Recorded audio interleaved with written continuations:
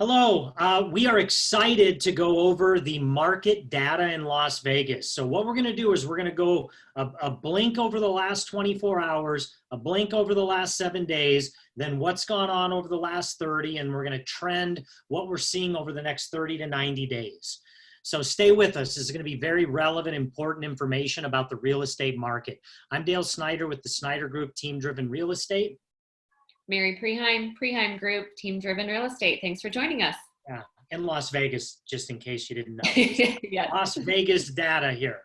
So, all right, let's jump in, Mary. I know you study these numbers intensively. We've been in the business for a long time and have navigated through a lot of market shifts. And the more the shifting you see in the market, the more important it is to know the data and the trends. So what do we got here? So there's two different snapshots here. One is what's happened in the last 24 hours and one of what has happened in the last 7 days. And then doing a lot of tracking and monitoring over time. So we're looking at 30 days ago compared to now and where things are trending so that we can try and predict the future, but is just to really see where things are going so we can advise our clients and consumers accordingly. So, yeah, and year over year, stuff like that as well, too. Yeah, we have numbers for 10, 12 years back. So we can definitely look, but it's kind of comparing last year to this year. Those are some of the stats that we definitely look at for sure. So in the last 24 hours, obviously a lot of activity. There's been 130 new listings that have come on the market. You'll see the back on market 45, that's from cancellations, homes that were under contract that are now back on the market. And then those that were sitting and not really getting any activity, they've done some price reductions. There was 128 of those.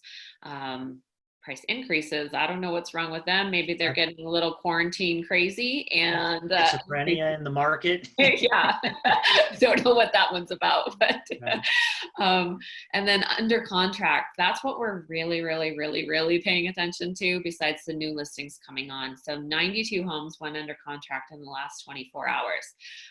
Why we're watching that is to obviously know if there's still activity and business being done, but it's to kind of project where sales are going to be compared to our active inventory to know what our actual supply and demand number is. Because if we just look at closings that happen right now, those were contracts that went into place in February and March. Yeah, that's a lagging indicator. That's a lag. We want to look at leading indicators, right? 100%. So yeah, the closed right now, that's just, those are old contracts, doesn't matter so much. Our market is 100% different than it was 30 days ago. So we want to get new numbers. So quick question here. Is this single family, townhome, and condo, or what's this specific data? This is, single family. It's residential in our MLS, which is single family, condo, and townhome. Okay, got it. Yep. And then if we look at a full 7 day, a full week, it gives same stats, same numbers. So new listings, 816. And that has been, that's a little lower than we have been for the last 2 weeks. We were right around 1,000 a week for the previous 2 weeks back. Back on market has calmed down a lot. We saw a lot back on market initially when there was a mass amount of layoffs that happened. Yeah, that's what I was going to say. That was a big part of it, right? It was the layoffs and then people that got spooked that just wanted to get out of the market. Right? Yeah, I know personally on our team, numbers wise, we saw about 25% cancel and 25% extend out. So there was a lot of volatility there for that first week when there was a lot of job changes. So. Yeah, and I think you know, one of the things is we can help give a pulse on this data, right? That's the benefit, because most of you can get data, but it's understanding the data and being able to future forecast what's happening. So a lot of these extensions are going to be fallout still, right? So instead of the seller wanting to go back on the market, they just opted to let the buyer wait 30 more days. So I suspect we're going to see a good amount of fallouts again this month because we're social distancing through the end of the month, right? So it looks like it's going to lag for a bit longer, right? Yeah, absolutely. And then the withdrawals, there was obviously withdrawals that happened. Some people that they just decided now is not the time for them to sell. They weren't super motivated to begin with. Maybe they were testing the market initially because we were coming into our peak selling season. We were really like on the gas pedal, ramped up and getting really busy. back at the beginning of March, before this really hit, we were putting 1,500 homes under contract every 7 days. So Yeah. that is a big difference.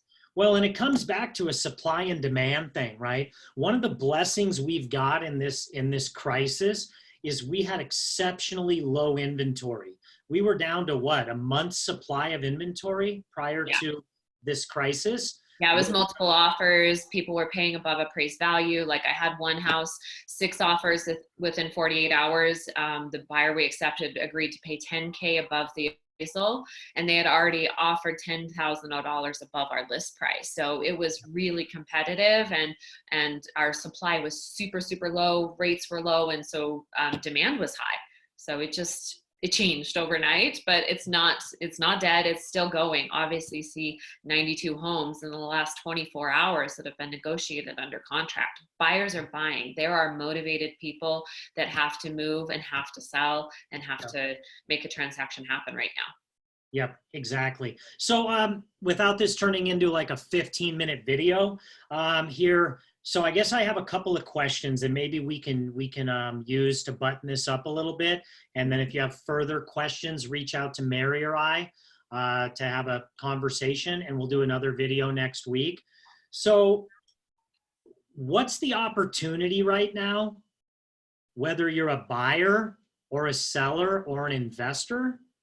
And what are we seeing happening over the next 30, 60, 90 days? Can you, and I know that's pretty open-ended, but you get that question asked a lot, I assume. So All day, every day. Yeah, I should just wear a t-shirt that has the answer, as I say it often. So yeah, this is my new side gig. Everyone's come up with side gigs in this quarantine. I'm going to make t-shirts with answers to real estate questions. So, so for sellers, the opportunity is that you have less competition.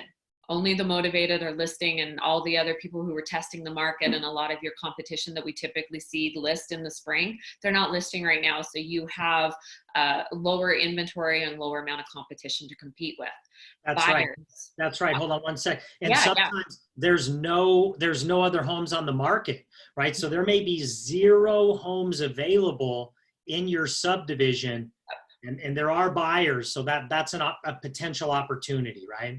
And some buyers are just waiting until the right home comes along, and when yours happens to pop up and they've been waiting in that community, then they'll jump on it. So that's how houses will sell in a day or two. Absolutely. Yeah. And then for buyers, you still have a good amount of inventory to choose from, but you have motivated people on the market and they want to make deals happen. I have one right now that we're negotiating 10% off of list price. Like 3 months ago, there's no way that could have happened. We just were not getting deals like that or seeing deals like that. So a 10% discount is a huge negotiation in most places. And this is a $700,000 house, so it's a huge negotiation. But the seller is highly motivated, right? They've got to move, they've got to sell, and there's a huge upside potential for the buyer. So we can negotiate really, really good deals for buyers right now. And interest rates are still really competitive. And so they can get in and make their goals happen right now. Yeah. And I think the other thing to add on to it, and this is why it's a conversation with us, because if you break it into the quartets, you're going to have the bottom quarter of the market, the bottom middle, the upper middle, and the upper part of the market. So if you get above $1 million right now, it's a completely different conversation, right? If you're in the 250,000 and under, it's a completely different conversation, right? So I'd say, to generalize it, you're able to capitalize on low interest rates, find a motivated seller that's willing to cover closing costs, do more repairs, right? And if you're a seller that has to sell, you're going to have less competition. And I know with our marketing, and this has been driving me bananas, I don't know about you, agents don't answer their phones, even now on their listings. They're not using Matterport. They're not using virtual tours. So you're not able to virtually see the homes. When you work with us, even before this turned, we Matterport all of our homes, virtual tour all of them, irregardless of price point. So you can virtually see the home, right? So there's a lot of ways to still sell in today's market with the right marketing strategy, right? Yeah, I think that's the next video we're going to do is how we are actually conducting business today virtually, because the old school virtual tours with photos that go across the screen with elevator music, that's not how we do it. That's not how we're selling houses. That's definitely a way of the past. So yeah, we want to share exactly what that looks like and how we're doing business today. And you could buy a home without ever stepping foot into it. Honestly, it's amazing. Yeah. So. That's right. Okay, so to summarize it, get your take on it too, Mary. My thoughts are, one, this is going to depend on your circumstance, but this is for some, it's going to be hurry up, get ready, and wait, which means let's get your home ready. Let's get all the work done, get it dolled up, get the marketing strategy in place so we can then, boom, hit the market if waiting makes the most sense.